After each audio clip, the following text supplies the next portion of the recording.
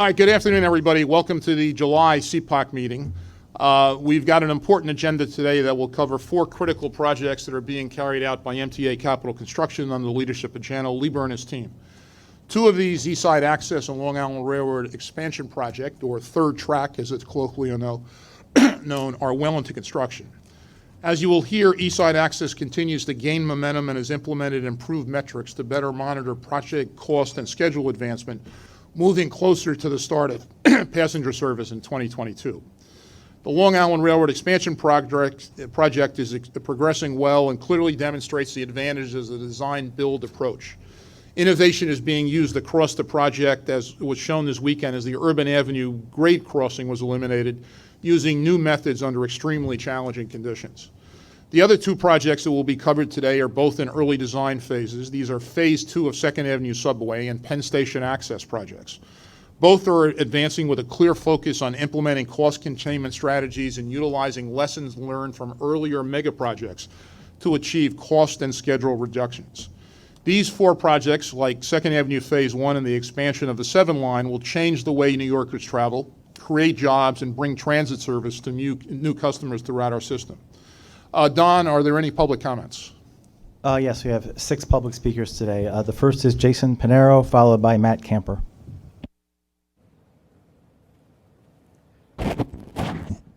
Good afternoon, Pat Foy. Where's Ronnie Hakem? We don't see her. Where is she? Is she missing? I don't know. Ronnie's not missing. She was here this morning. She's working on MTA matters this afternoon. Okay, thank you for answering that question, Patrick Foy. That you owe us the screw up regarding AirTrain LaGuardia, but we're not going to enter that right now. But Penn Access is very critical for me, as born and raised in Soundview along the 6th. The nearest point that the 6th could connect with the future Penn Access is Whitlock Avenue. Why not having this station in the intersection of Whitlock Avenue and Westchester Avenue, that 6 riders like myself and others could go points north to like New Haven, Connecticut without going down to DCT to go back up? That'll be making no sense. Regarding East Side Access, I hope to be here in New York in 2022 to see it open. And Third Track Project, I hope that goes well. And regarding Phase 2 of 2nd Avenue, we hope that we learned the lessons from Phase 1, because as I recall, 6 months before the project was opened by Governor Andrew Mark Cuomo, I raised concerns about testing and all of that, but my concerns were ignored. So I hope that Jano is doing a good job, and let's keep going forward. I'll see you guys next month. Pat, can I Thank just say you. one? Matt Camper is our next speaker. Jason. Penn Access meets the 6th line at Hunts Point Station, so you don't have to go all the way to Grand Central. It's adjacent. Thank you, Andrew, for clarifying that. Our next speaker is Matt Camper, followed by Lisa Deglian. Good afternoon, members of the CPOC committee. I want to talk to you all this afternoon, and by the way, my name is Matt Camper. I'm advocate for the MTA and LIRR commuter.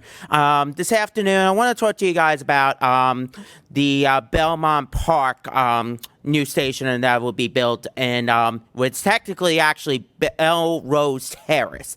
And I actually got a chance, along with another advocate, last week to see this area and stuff like that for myself. And I really don't like the plan. I don't like the fact that I understand potentially that people's homes, believe it or not, are not going to be there when the station opens. They're going to have to remove the homes because the platforms are going to be where the homes are, which, again, it's public domain. The issue I have with that is just that people have the right to have their homes, and it's just you don't take people's homes. It's not right that people's homes are taken away just to build a new station. I really feel that you guys, as a board, really need to take a look at this and see if there is any other possible way to find another location for this new station. Or my other suggestion is to look into the possibility of improving the current Belmont Park station on the LA Bar, upgrading the substations both at Queens Village and Belmont, and also looking at the possibility of having a spur for both eastbound traffic and westbound traffic, so that way people can come from the east from the main line, from the Hempstead, Port Jefferson, Ronkonkoma, Oyster Bay branches, and also come from the west from Penn Station, Jamaica, because it's going to be a disaster, and the streets are not conducive. At least from the new station, the current station, you have Hempstead Turnpike. You don't have that from the new station. So that's all I have to say. Thank you so much. Thank you. Our next speaker is Lisa Deglian, followed by Shawl Pitcher. Hi, good afternoon. My name is Lisa Dagley, and I'm the Executive Director of the Permanent Citizens Advisory Committee to the MTA, or PCAC. Just very briefly, we talked about design build being the model for going forward, and certainly that's something that's legislatively required, but we've seen some really terrific results. We are also very hopeful that value capture will be included in every project going forward, particularly Second Avenue Subway Phase 2. I know that, as Jason discussed, there were a lot of lessons learned from Phase 1, and I think certainly that's one of them. And we can certainly use the money, as we'll talk more about on Wednesday. Thank you so much. Thank you. Our next speaker is Finley Staub. Next speaker is Shawl Pitcher, followed by Finley Staub. Board members and Chairman Foy, the MTA restructuring plan will dramatically change the way its agencies interact. These changes lie in the vein of centralization, seeking to save money and reduce bureaucratic sclerosis by eliminating duplicate departments in the operating agencies. While there's nothing inherently wrong with centralization or reorganization, given that the MTA ranks among the country's least responsive, transparent, and most wasteful organizations, the promise of restructuring must be considered in context. One of the few bright spots in recent transit history has been Andy Byford's tenure as head of NYCT. For the first time in decades, there's a leader within its bureaucracy who possesses a clear vision for the future and the competence to get things done. This plan would strip him of the ability to control key parts of his vision, forcing him to cede control of the accessibility initiative and likely resignaling to MTSCC. To sideline such a leader would be a loss for us all. While the impact on Byford's power is the most pressing of the issues of the reform effort, we shouldn't lose sight of other red flags it has raised. Past MTA centralization efforts, such as IT and BCS, have failed to show results. Centralizing key functions of the operating agencies doesn't reduce costs or improve operations, but adds another level of bureaucracy between decision-making on capital projects and service delivery. While this plan was designed to improve service by cutting costs, the big cost drivers are debt service, pensions, and base labor costs, which aren't addressed head-on by reorganization. As part of the plan, agencies would no longer have oversight on the design of the service they provide for riders. Close coordination between operating and service planning departments is required for good operations, and large MTA bureaucracies have historically been reluctant to engage in intra-agency dialogue. Another issue is the separation of routine maintenance from major projects. As I touched on last month, the MTA suffers from internal coordination issues that increase the monetary and rider impact of projects. Further siloing management functions within these projects may lead to additional complexities in project coordination and delivery, not unlike some of the issues seen on current MTSCC efforts. Finally, the report issued by the Metropolitan Transportation Sustainability Advisory Workgroup in December 2018, which led to the passage of CBD tolling, found that the current structure does not provide for transparency, discipline, or efficiency that is required to run a complex regional transportation system, and that the resultant makeup diffuses accountability. On all these counts, this reorganization fails. Given the above, I urge all of you to vote against the reorganization as planned. We need transparency and debate, not speed and confusion, and you can force the plan to change. Thank you. Thank you. Our next speaker is Finley Staub, followed by Andrew Poliak. Good afternoon, CPOC committee. My name is Finley Staub, and I am a commuter that lives off of the R, F, G, 2, 3, 4, and 5 lines. I am here today to speak about East Side Access, 2nd Avenue Subway, and the limited rush hour F line express service. Just wanted to tell you about a small error that you made in the minutes from last month's meeting. I have 2 N's in my name, in my first name. My first name is spelled Finnley. I hope that error is corrected at the next meeting in September. This morning I was at the NYCT bus committee, and the committee talked about the limited rush hour F-Line Express service. I believe that this is a very good idea. One thing that they also talked about was reviving the Bergen Street lower level platforms on the express track. Well, I think this is a big accomplishment that the committee is making because they are reviving a dead part of the system. This project costs a whole lot of money. I think before the committee decides to revive the platforms, I think that the MTA should wait for the correct amount of money to become available so that the project can happen. So far, the progress going on during construction on East Side Access looks to be going very well, and I hope train testing along the tunnel between Penn Station and Grand Central Station starts up very soon. So far, the progress going on with the 2nd Avenue Subway Phase 2 looks to be going well. However, when progress on construction starts to end and train testing begins along the section of track from 96th Street Station to 125th Street, I believe that the MTA should begin talking about Phase 3 of the 2nd Avenue Subway. Thank you for allowing me to speak this month, and I hope that you have a great August recess. Thank you. Our final speaker is Andrew Poliak. Good afternoon. My name is Andrew Pollack. That's P-O-2-L-A-C-K. But anyhow, quickly want to mention before I get to my point about capital, Jason, quickly want to mention the next meeting here will be September 23rd. It's in the committee books. But let's talk about the third track. I am very pleased in President Ng's report earlier this morning at Long Island Railroad Committee meeting about the importance of the third track. It shows that the growth between New Hyde Park and Hicksville, and let's say further out east to Huntington or Ronkonkoma in that case, is very important. Because we see each year along the main line rapid growth in ridership. And that includes a couple of my friends who occasionally take the main line. I know somebody, let's say during the hockey season, they'll go to Barclays from Mineola in that example. So it's very important that we continue with the plan for the third track. I feel that if it keeps going the way it is, hopefully, and I'm assuming if everything is correct, hopefully by 2022 or the estimated date by 2023, the third track will be in operation. So let's hope it gets done on time. And with that, you all have a good August recess, and I will see you all in the fall. Thank you to the public speakers. Mr. Lieber, did you want to make a comment? During the presentation, Chairman. Fine. Okay, great. So I will take a motion on the minutes of the June 24th meeting with the amendment of the correct spelling of Mr. Staub's name. You're welcome. Do I have a motion? Could I just make one? Bob, There please. seemed to have been an N shortage because I also was missing an N in my name. Yes, that's true. So, It's a cost-cutting move, yes, but... so Finley, don't take it personally. We both were missing N's. all right, so I'll ask for a motion to restore the ends in both cases. Motion? Second? All in favor? All right, terrific. Don, do we have any changes to the committee work plan? No changes to the work plan, Mr. Chairman. Okay, terrific. Jano, you're up. Before the committee's overtaken by further doses of Linsanity, I will proceed with East Side Access. It's no secret that this project has been known historically mostly for its budget and schedule challenges. However, as we're moving towards completion, the world is really starting to pick up on the tremendous benefits that this project can and will have. Together with Third Track, it delivers, and I know I'm repetitive on this, but I'm never going to stop, a 45% increase in peak hour capacity for the Long Island Railroad. That's transformative. It's going to give us, for the first time, an 8-track railroad terminal where we alone control the dispatching, more predictability for customers and commuters.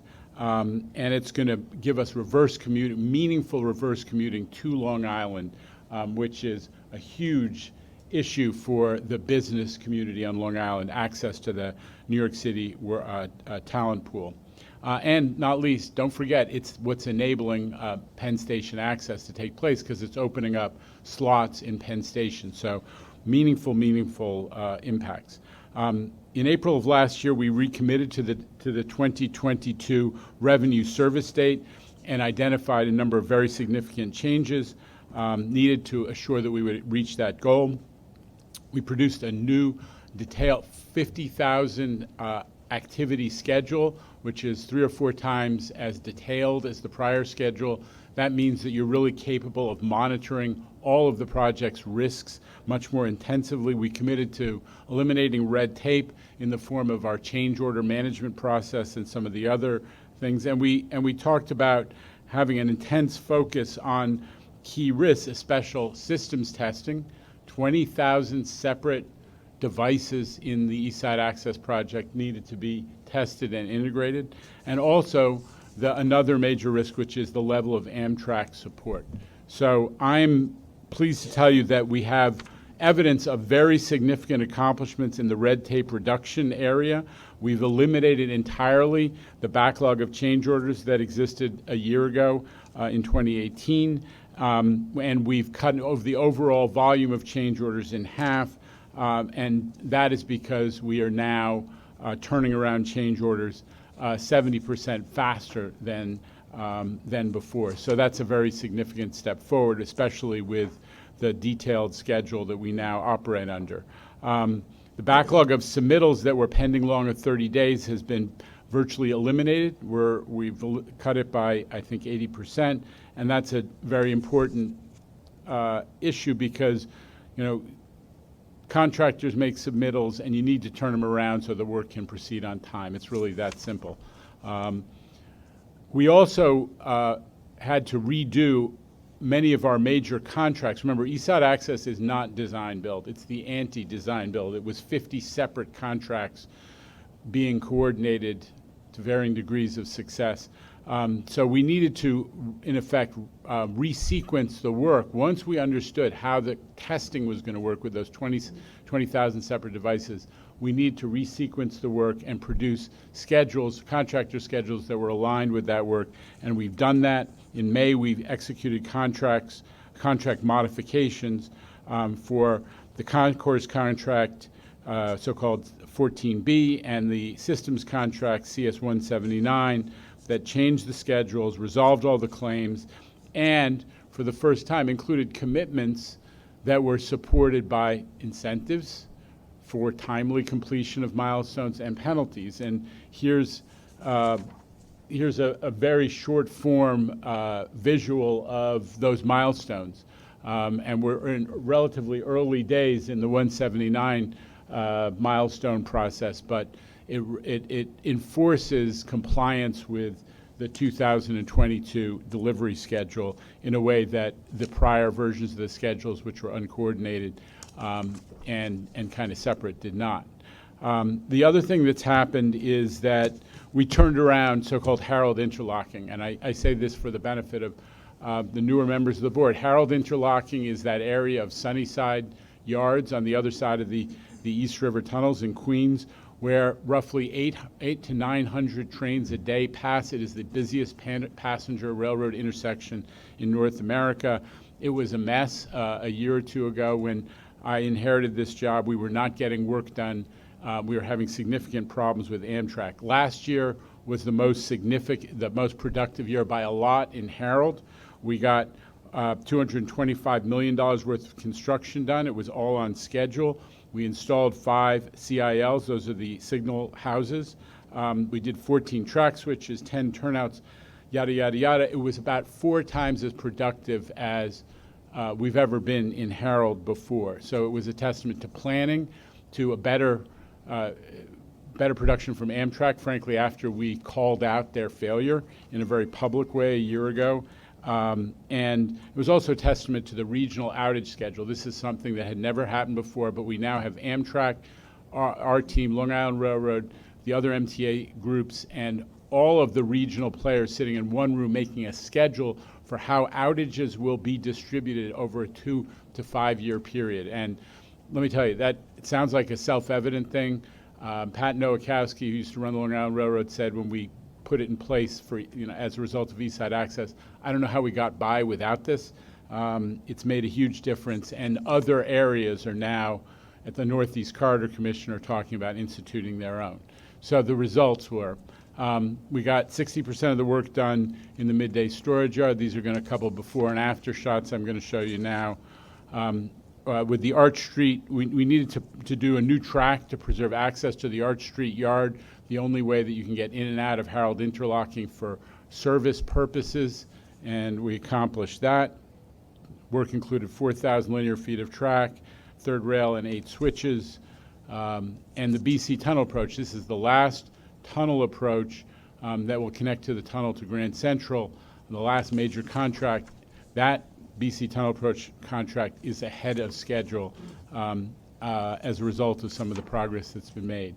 And you can see even as we've started to spend a lot more money in Harold and get more work done, the rate of change orders and the value of the change orders, you see it diminishing in the bar chart. So this is the way you want to turn a job around. More work, less change orders, less delay. The other major thing that's going on that the board has now taken action on, the Finance Committee took action on at the last meeting, is the approval of our deal with J.P. Morgan Chase. I talked about this at the Long Island Railroad Metro North Committee this morning.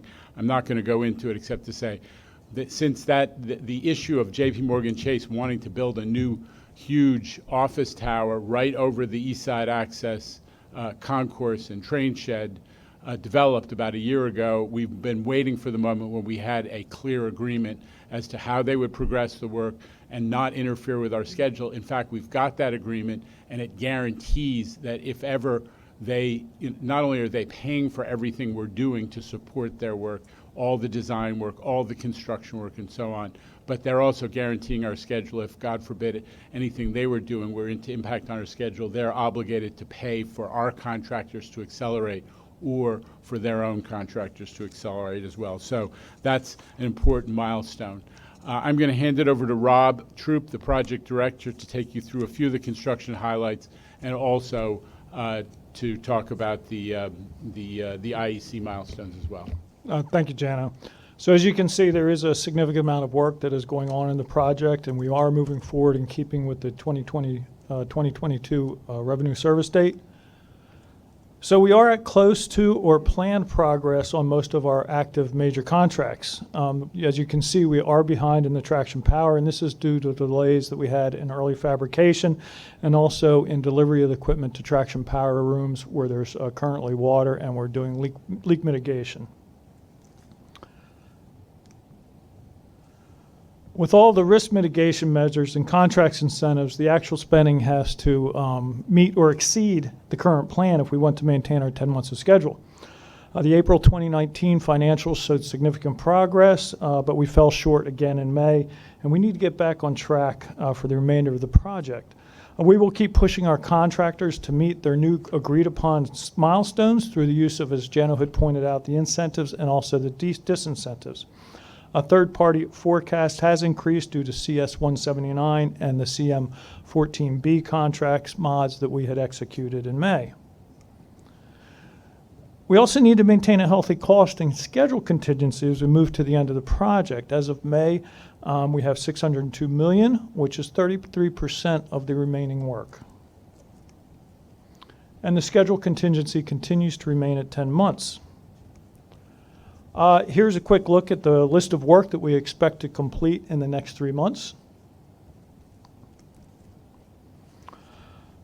Moving forward, we continue to mitigate specific risk. In regards to the contract agreements on incremental systems testings, we have executed mods for CM14B, the GCT concourse and facilities fit out, and also the contract CS 179, which is the facilities systems integration contract. Current contract modification for CM007, track and concourse, Manhattan Caverns and track will be presented to you before the end of the calendar year. An important part is the backbone communication system. We continue to monitor the design and respond to the contractor risks very, very timely on this. One issue that we are still struggling with is water infiltration at some of our traction power rooms. We continue to advance leak mitigation rework at these locations. And we are working with the contractor to correct traction power monument alignment throughout the system.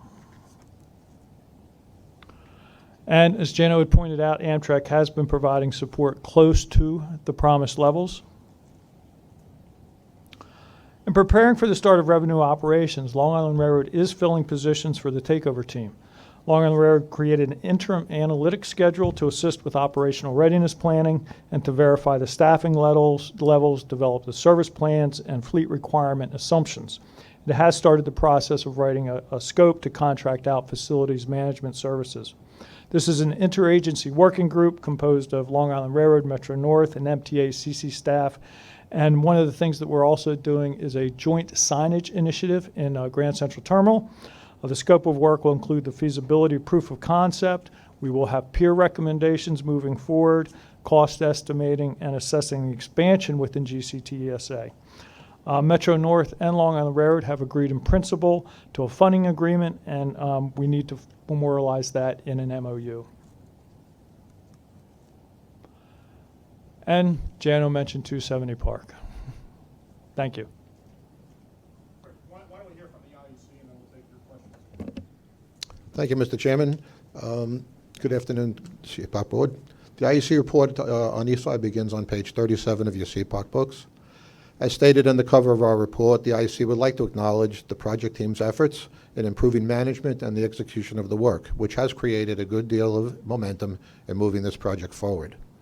On cost, the IEC analysis indicates that the project cost of $11.13 billion, as forecasted by MTACC in April of 2018, remains adequate. With respect to schedule, the IEC forecasts 6 of the 10 months of program schedule contingency remain to the December 22 revenue service date. The use of this contingency is attributable to the additional time required for reliability demonstration testing and Long Island Railroad takeover of Eastside assets. A recommendation addressing this concern follows. Secondly, the current incremental system testing plan remains a schedule risk to the program. The contractor schedule reflects a 16-month IST duration, which has significantly compressed since the incremental system testing approach was first introduced in April of 2018. This compression results in a substantial amount of concurrent testing work activities in multiple locations. The IEC will further evaluate the IST schedule once resource loading is complete, which is expected later in August of this year.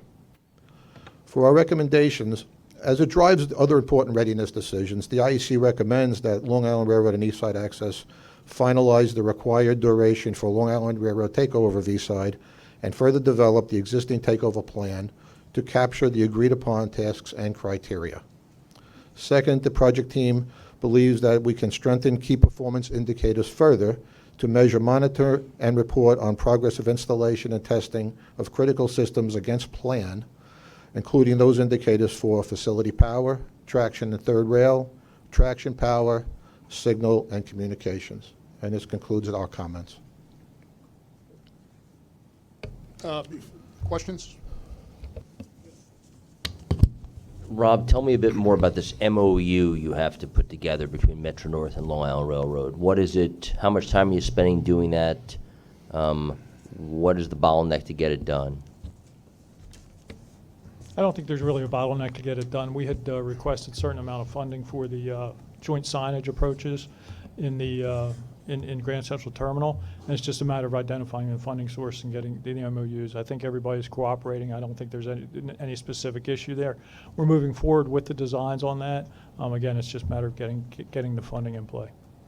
I just when I just heard you talk about something like that, just my ears picked up about waste and efficiency in terms of having two entities of the same company having to create a memorandum of understanding between them, which seemed just strange to me. So maybe it's just the term you're using, MOU, that threw me off. Yeah, and I think a lot of it has to just do, like I said, with the joint funding, the fact that because it is a jointly, it's a joint operations facility, there needs to be an understanding of who's going to approve the signage for Grand Central Terminal, and it also ties in SHPO to all that as well. So yeah, I don't want to make it seem like it's a significant detail. It's not. We have cooperation from both of the operating agencies on that point. Yeah, Neil, I'd characterize it more as kind of rules of the road, and the agencies having an understanding as to what the rules are, I think, is important. Do you want to speak, Jano or Rod, to the IEC's recommendations on the integrated systems testing? So certainly. So, we just closed the mod for CS-179, which is the systems integration contract on that. We can close that in May. So part of that, they have a significant milestone coming up, which is being able to provide the schedule for the systems integrated testing on that. So we are working very, very closely with them to be able to provide a properly resource-loaded schedule, and that contains certain milestones within that schedule to be able to move that forward. So that's one of the next big efforts that we have moving forward with the contractor to be able to get that schedule resource, and also sort of the interim milestones that we can effectively track progress on the CS-179. However, also what we are doing in concert with that, or in parallel with that, is we're working very, very closely with the contractor, subcontractor, Securitas. Securitas is the main systems integrator. We have people co-located at their facility. We're doing over-the-shoulder reviews to ensure that we are answering RFIs quickly. We're answering submittals very, very quickly on those elements. So, we do feel we're getting ahead of this. We're in agreement with the IEC that this is a very critical component. We have to understand what the resources are, not just for our project, but for Long Island Railroad too, which ties into the Long Island Railroad testing as well, being able to identify what components of testing they can do. We have, we have significant involvement from Long Island Railroad on that, being able to move that forward, and with some of the challenges in the project, being able to compress the schedule, being able to identify some of those issues that we can do in parallel to be able to move those forward. So that's. I mean, the punchline is, I think we welcome the IEC's comment, because we too think that getting the level of detail. So when they talk about resource-loaded schedule, it's really talking about staff power. How many people we required to do certain kinds of programming and systems integration-related work. And we agree with the IEC that is really important to validating the schedule and making sure that we keep on schedule every step of the way. Good. Any other, Andrew and Susan next?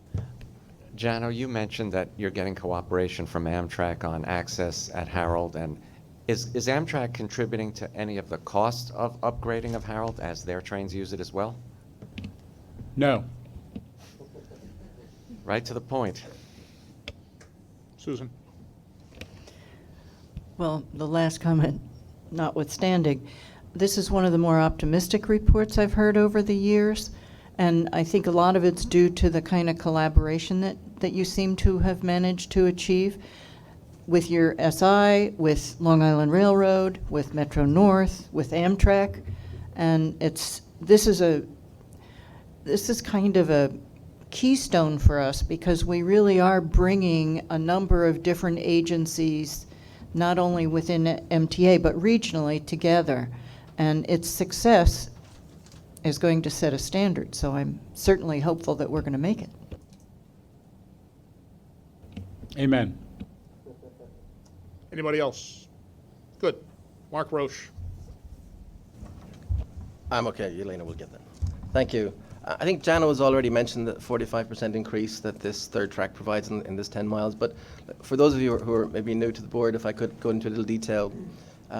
Our heavy construction began in October last year. It's effectively a 4-year heavy construction period, ending in the end of 2022. We are 9 months in, which is just about 18 to 19% of the time in. Physically, it sounds easy to put a third track in, but to put the third track in, we've effectively got to shift the existing 2 tracks in the existing corridor. That gives us the opportunity and the need to put walls on the side and noise walls on top of those to protect the community. As we do that, we need to modify the bridges, the substations, the undergrade crossings, lots and lots of infrastructure that goes with it. So there's lots of improvements to the whole community because of the changes we're making. Can you move on? Since we last met in April, there's very little change to the commercial situation. There's 2 items worth to mention to you. First of all, we have enacted the borrowing, if I call it that, of the $46 million from the completion scope. We've used contingency money in the base scope to finance the advancement of 2 grade crossings early, and that is now within the contract and underway. We were a little bit concerned when we spoke the last time of the production rate and the expenditure rate, if I could call it that, of our contracting friends at 3TC. We are happy to report that has actually substantially increased, and we think their rate of production now is exactly where we need it to be. So we're very pleased with what we're seeing. interrupt you, that this is a point that I made earlier. This project has right now net zero additional costs in terms of change orders. So to the extent that contingency has been borrowed from to advance work that was supposed to be in the option period, but we're now going to do much earlier, other than that, which is not a change order, just an advancement in time, there's net zero additional costs from change orders. Thank you, Gino. We were asked in January to report to the board on the changes, how they occur. What this really shows you is the ball and court type chart for the 24 changes that we've been looking to control as risk measures on the project. The grey are those that are completed. Blue are the activities and the time spent by the project management team. Orange is the time spent by the third track constructors. When we met the last time, we were a little concerned that their contractors weren't giving change and risk control a little bit of the attention that it needed. I'm very happy to report that 10 of the 24 have now been resolved, and we expect by the end of the year to have all of these sorted out. I did note on Jana's Eastside Access chart hundreds of changes. Our strategy here is to have very, very little change. It disrupts the contractor on a design build, and we've taken that position to change very, very little, only where we combine and agree mutually. We showed this schedule the last time. It gives you a fairly colourful snapshot of where we are. Our approach really has to be to try and increase the float on the project. We see through all of these activities, if you see the bars that are to the right, we're looking to bring all of those bars to the left. There's very little schedule float in this contract. Over the last month, because of the changes we've made to the undergrade crossings, we've managed to bring those forward. It created a lot of scope. We think we can do better for stations. We have ways of bringing back substations together. But the real critical part of the project is numbers 6, 7, 8, and 9 through there. They really represent the critical part of the project. And there's a bit of a dance going through with us for all of these, whether it's a signal or a backbone or a wall that gets constructed first. So those 4 areas we're working on right now to see integrating them to see how much float we can actually deliver over the next few months. That's an area of quite a focus for us at the present time. Wanted to make you aware of some of the milestones for this year. The one that's ticked off in June there was our first roll-in of a new bridge. July 20th to 21st, the urban one, which was yesterday. We spent the last 48 hours rolling in a new bridge. I'm happy to say that it happened on time. Very pleased that we didn't have any disruption.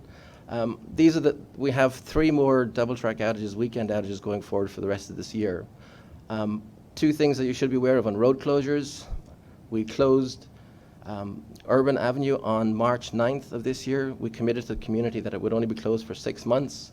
Yesterday we rolled in the new bridge. We will have that bridge open within 6 months. So before we come back to you in December or whenever our next meeting is, we will have 2 new roads open and 2 new undergrade crossings in place. We're pleased about that.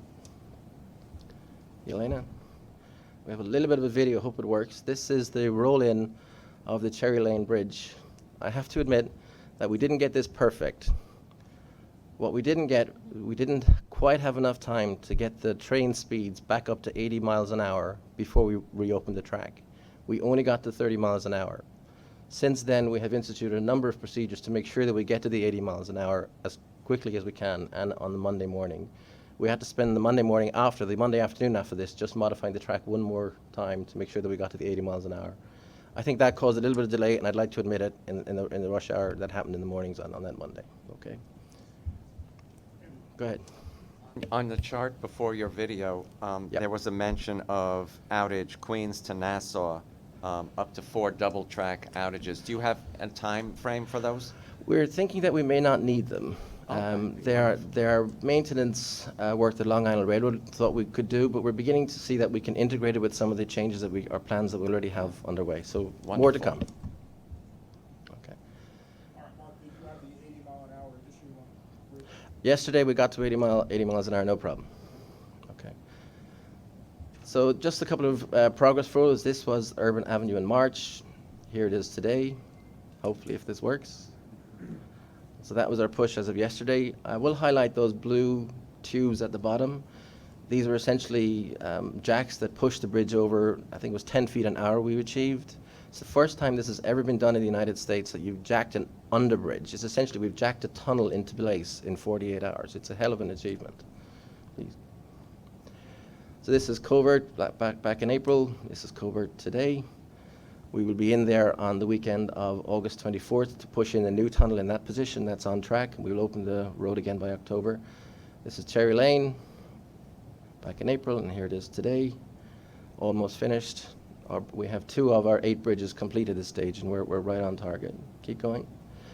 This is the parking garage at Mineola back in April, and here it is today. We have completed all of the underground work. We have all of our basements complete. We are now starting on the superstructure. When we come back and report it the next time, you will see a 5-story parking garage there within the next 3 months. Jana made the point yesterday at another place, which I thought I'd like to repeat, is that what we're trying to do is piggyback on these double track outages as much as possible. And our contracting friends at Third Track are really using the outages to work at every location they can along the line to make sure they're making the most use of these double track outages.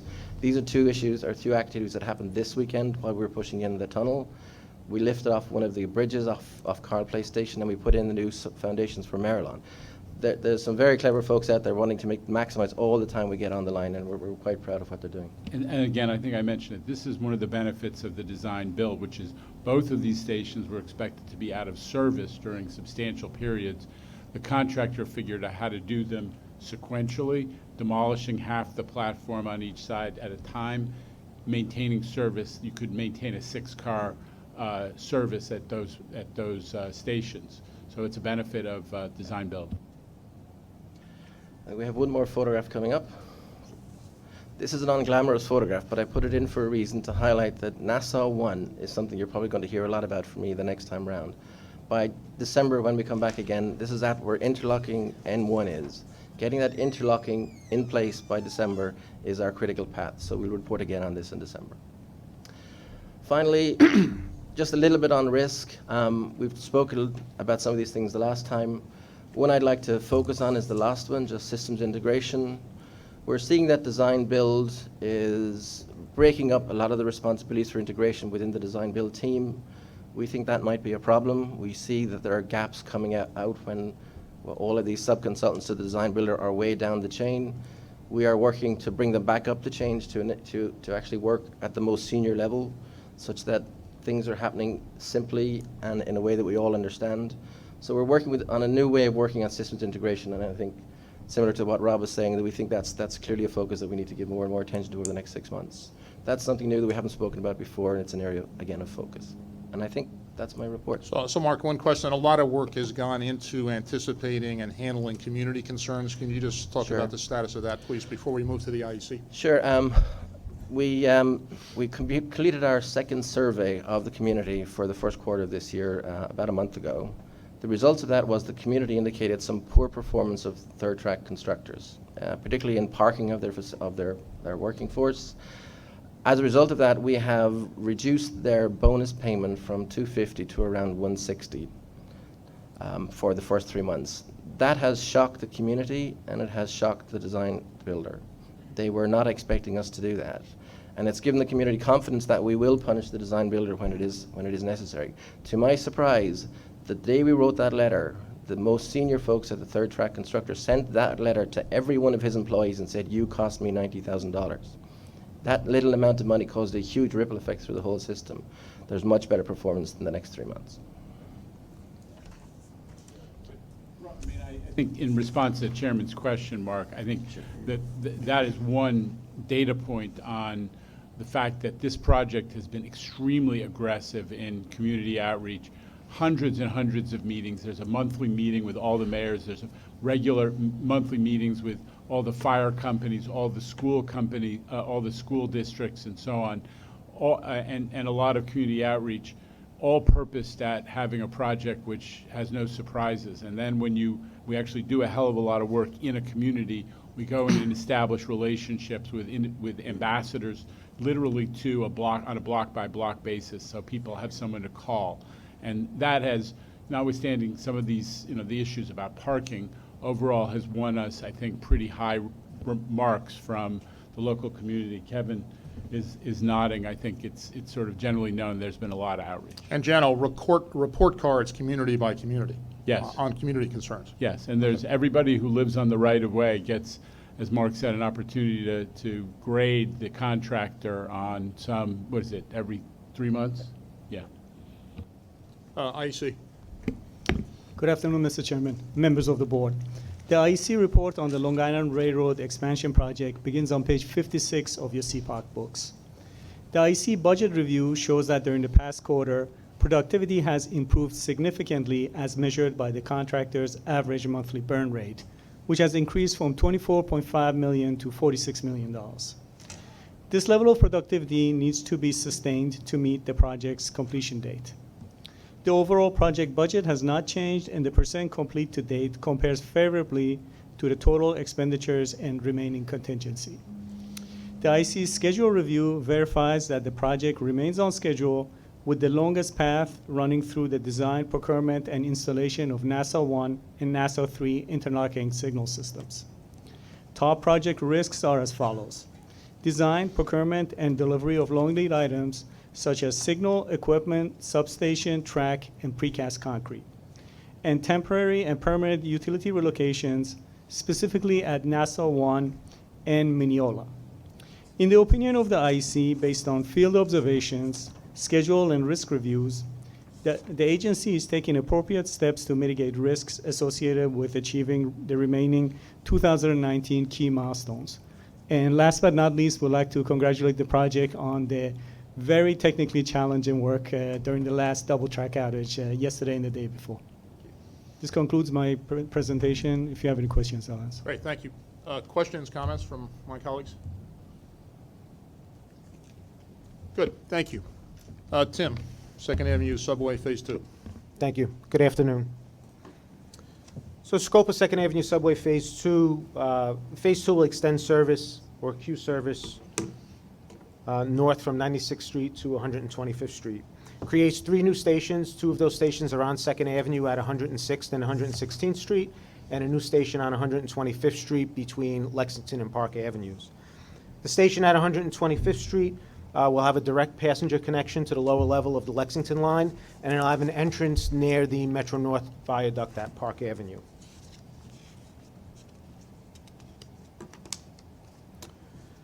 What are some of the benefits of Phase 2? Well, since the Second Avenue L was taken down decades ago, Phase 2 has been long overdue. The residents and the businesses in East Harlem who depend so much on transportation need the service from Second Avenue Subway. It'll improve access to jobs, healthcare, and educational facilities, and one of its main goals, of course, is to reduce crowding on the Lexington Avenue line, such as Phase 1 has already proven to do so on the adjacent stations. Phase 2, with that direct connection up at 125th Street, will have the direct impact of getting passengers off of the 4, 5, and 6 right onto the downtown or uptown service. Regarding federal funding, this project must have a substantial federal funding component, in order for it to proceed. We've applied for this funding through the Federal New Starts program, and we entered project development in December of 2016. We received the FONSI on our environmental document in November 2018. We're now working closely with the FTA and their consultant to complete their risk assessment and to demonstrate that we're ready to enter into the next phase, which is called the engineering phase. We hope to have their approval this summer so we can stay on track to submit a full funding grant agreement, request for a full funding grant agreement next spring. We had several days of the FTA readiness and risk workshops. These workshops covered the FTA's comprehensive review of all aspects of the project, including scope, costs, schedule, design, constructability, risks, contingencies, and also our technical and management capabilities and capacity to bring the project to completion. It was a very collaborative effort with a lot of good professional discussion between subject matter experts on both sides, and it gave us an opportunity to demonstrate our readiness to move forward. There was an extensive emphasis placed on lessons learned from Phase 1 and some of the other recent mega projects. For the next steps, design is progressing while we continue to work with New York City Transit to look for opportunities to trim costs. Value engineering and workshops, cost containment workshops are ongoing. Our goal is to emphasize our designs, is to optimize our designs and be ready to go on once funding is worked out. Our initial contract packaging strategy, we have 4 contract packages. First is an early works package where we'll handle some advanced utility relocations and some building mitigations. And then the next 3 contracts are the main contracts. 2 of those contracts are main heavy civil structural contracts for the TBM tunnels, the mine cavern, and the cut and cover stations. And then the last contract is one large MEP, finishes, and systems contract. And that packaging was developed based on lessons learned from phase 1 and minimizing the interfaces. So basically, the structural contracts are designed in a manner where the TBM and the contractor driving the tunnel, the cavern that he's going to drive that through is being excavated and mined by the same contractor. So we remove the complications that we had with interfaces from different contracts. For the MEP and the finishes, the contractor who's building the conduit is also the same contractor who's going to pull the cable that goes in that conduit. It reduces it reduces the interfaces and minimizes some of the risks, and it is a big lessons learned from phase 1. That concludes my report. Tim, can you just talk briefly about some of the lessons learned from phase 1 that are being incorporated in phase 2? So, the packaging, which I just discussed now, really we've spent a lot of time emphasizing simplifying some of the work that we have to do and reducing customized systems. So maybe one of the examples I could give is the ventilation system. In some cases, by using 100% fresh air, we minimize the amount of the components that have to be constructed for the air-tempered systems at the stations. So we have less mechanical dampers. We have less testing. We have less ductwork that has to be installed. For simple things like our building management system for the controls of the HVAC system, when you only need a heater on a wall to go on whenever the humidity needs to be taken down in a mechanical room, you could set that locally on that heater and let it operate as it's intended. Instead of having that linked and tied into an overall building management system that has to have its separate panel, separate control system, separate testing and commissioning, the idea here has been to minimize and simplify so that we can build it, better, faster, and cheaper. That's the overall goal. So, and I would just add to that, less back-of-house space, which is Right. something that Andy Byford supports. We, in retrospect, when you look at some of the areas of the 96th Street Station in particular, it seems like there's a lot of underutilized back-of-house space.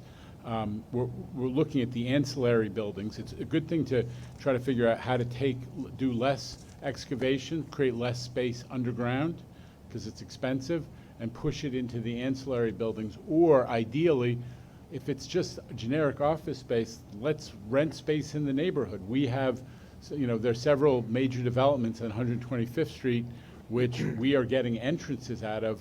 Maybe we'll take space in those buildings. I mean, we haven't nailed down any deals, rather than excavating underground at great cost to create new space.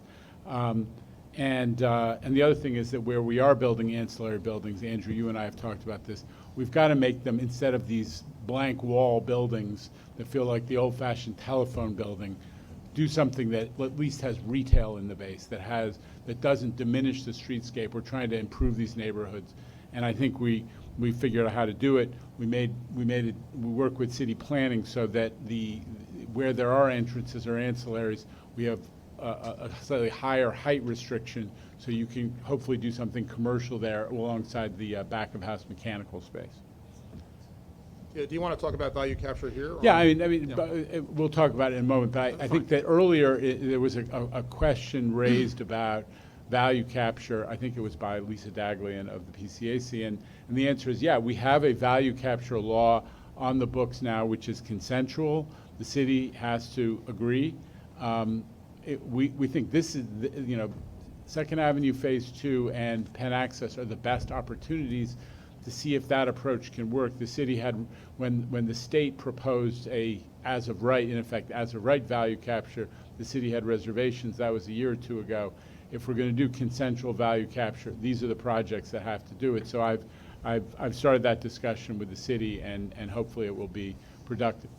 Good. Questions, comments from colleagues? IEC, please.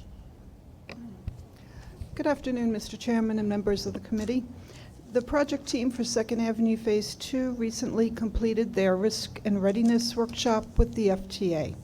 This was a major step in meeting the goal to move from project development into engineering in the third quarter of this year.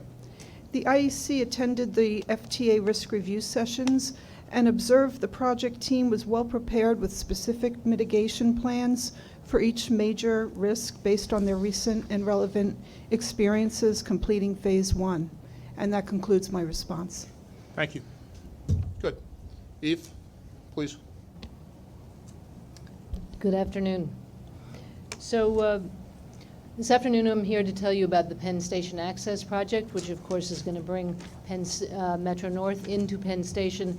And before I get into some of the challenges as well as the accomplishments that we've had over the past few months, I'd like to just highlight some of the benefits that this project adds to the region, the community, as well as the stakeholders.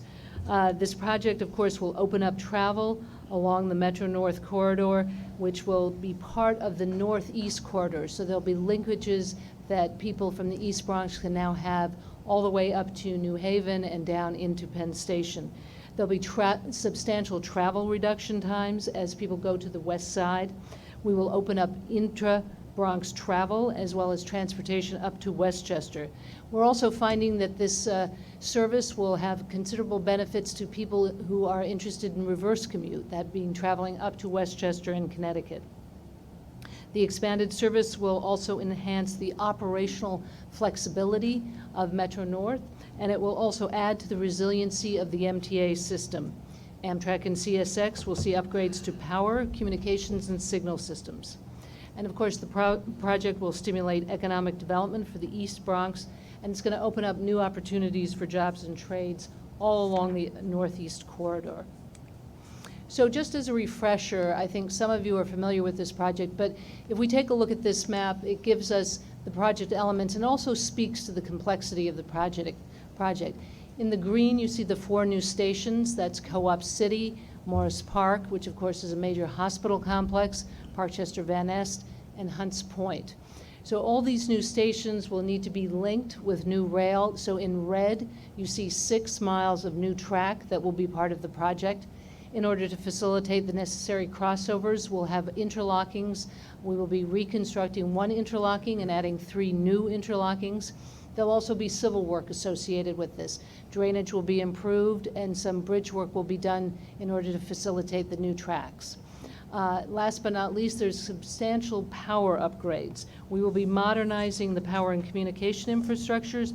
This will include a signal system, traction power, catenary, third rail, substations, upgrades, and these will all happen over the course of Queens, Bronx, and Westchester.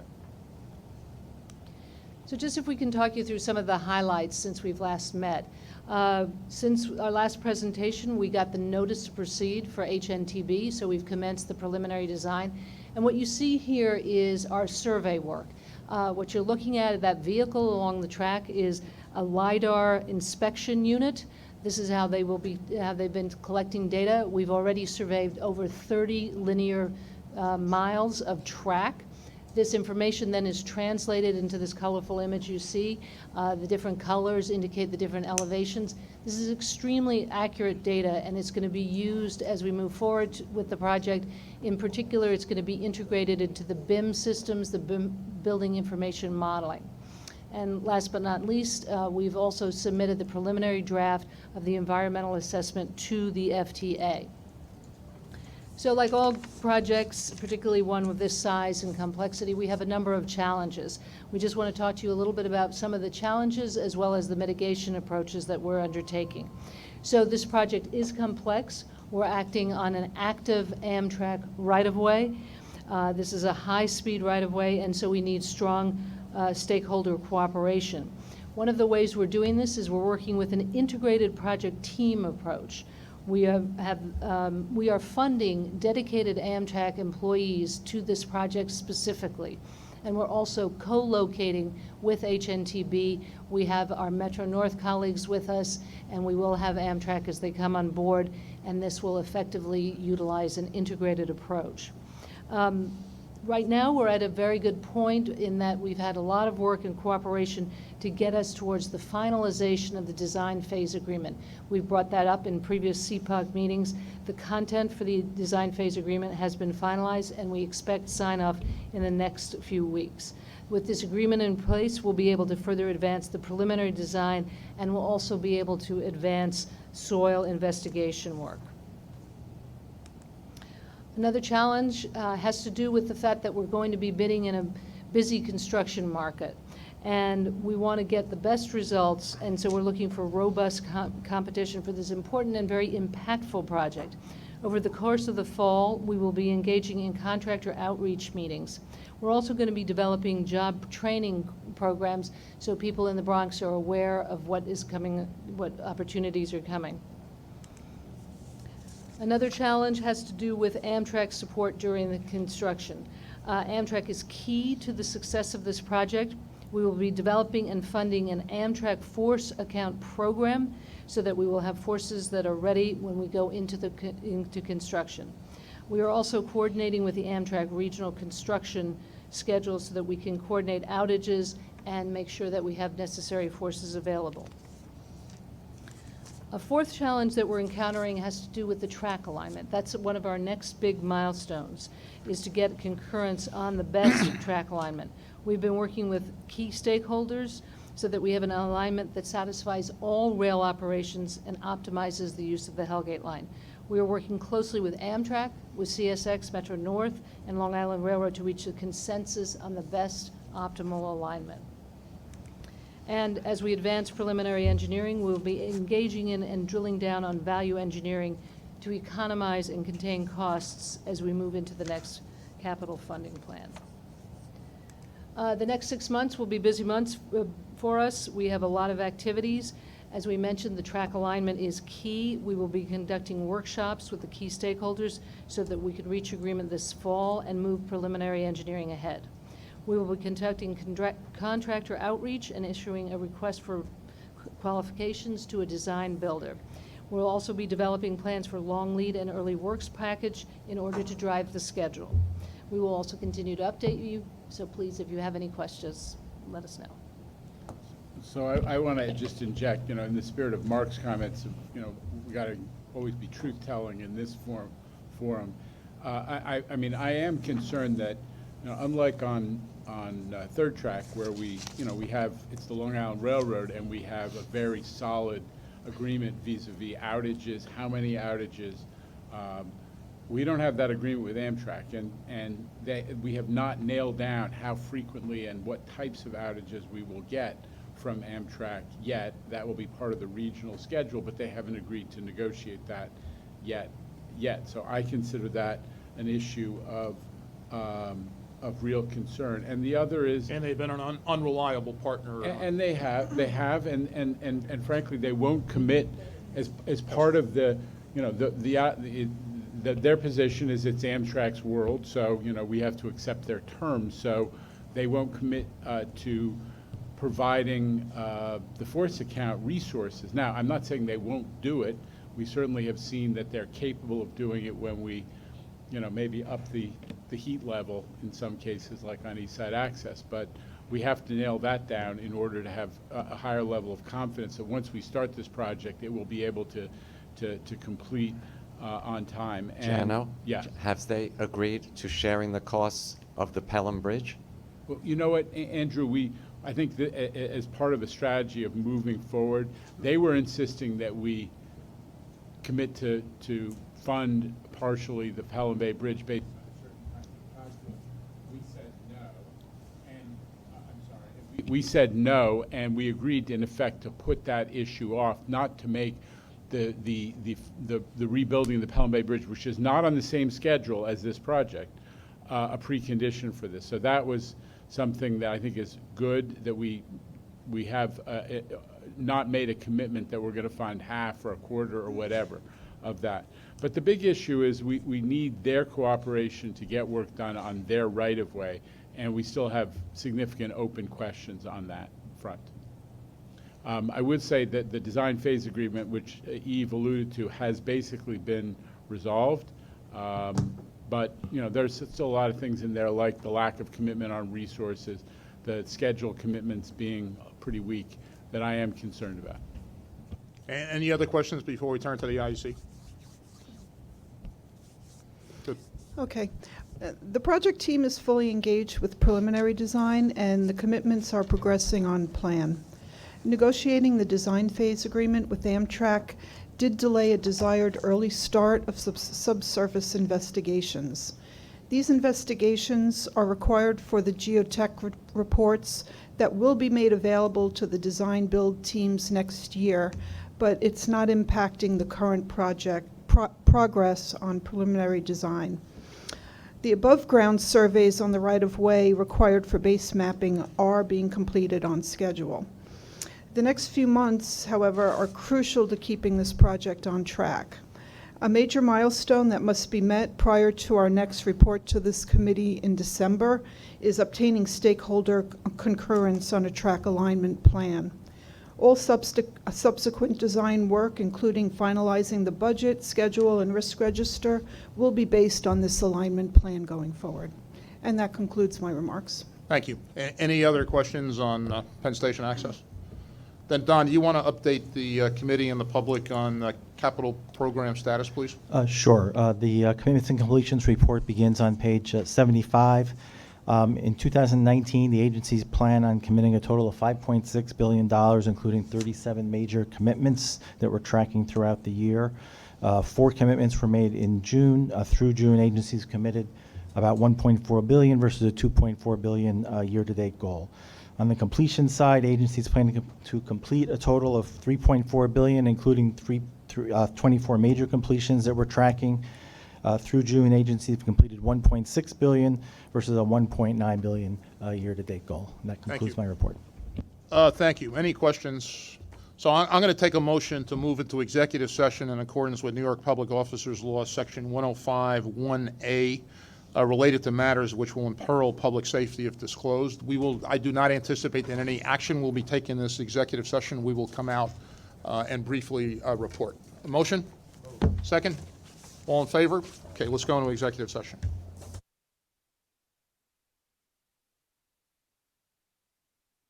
I have a motion and a second to go back. Thank you. Second, all in favor? Terrific. The committee met in executive session under New York Public Officers Law, Section 105(1)A, related to matters which might imperil the public safety if discussed. No board votes were taken. No action was taken. With that, I will ask for a motion to adjourn the meeting. Second, all in favor? Thank you. Meeting adjourned.